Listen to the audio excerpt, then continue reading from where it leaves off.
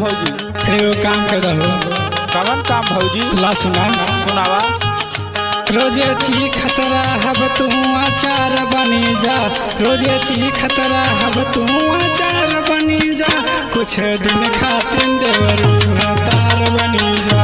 कुछ दिन खातिर देवरू भतार बनी जा, कुछ दिन खातिर देवरू भतार बनी जा, कुछ दिन खातिर देवरू भतार बनी जा।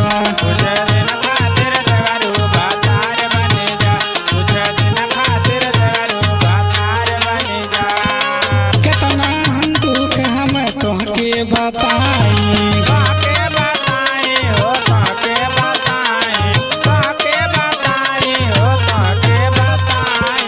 करवाट फेरी के रतिया बिताई,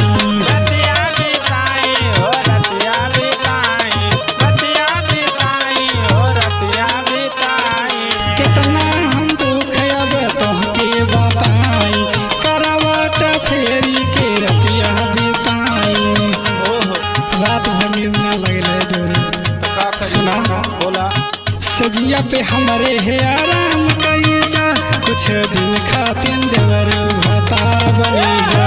कुछ दिन खातिर देवरू भतार बनी जा, कुछ दिन खातिर देवरू भतार बनी जा।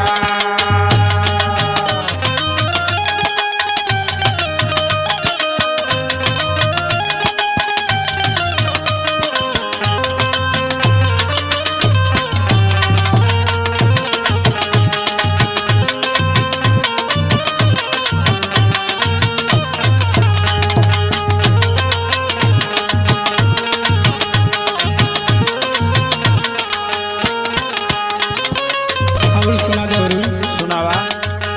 हमरा के छोड़ी पिया गई न विदेशवा, गईले विदेशवा हो गईले विदेशवा, गईले विदेशवा हो गईले विदेशवा।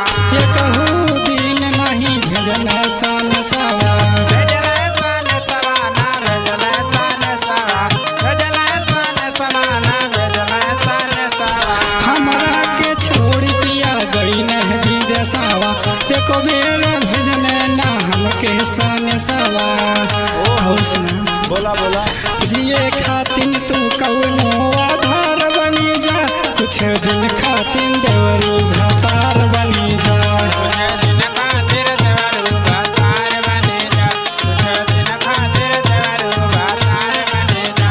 हाँ भतार बनी जा हो भतार बनी जा हो भतार बनी जा, कुछ दिन खातिर देवरू भतार बनी जा, कुछ दिन खातिर देवरू भतार बनी जा।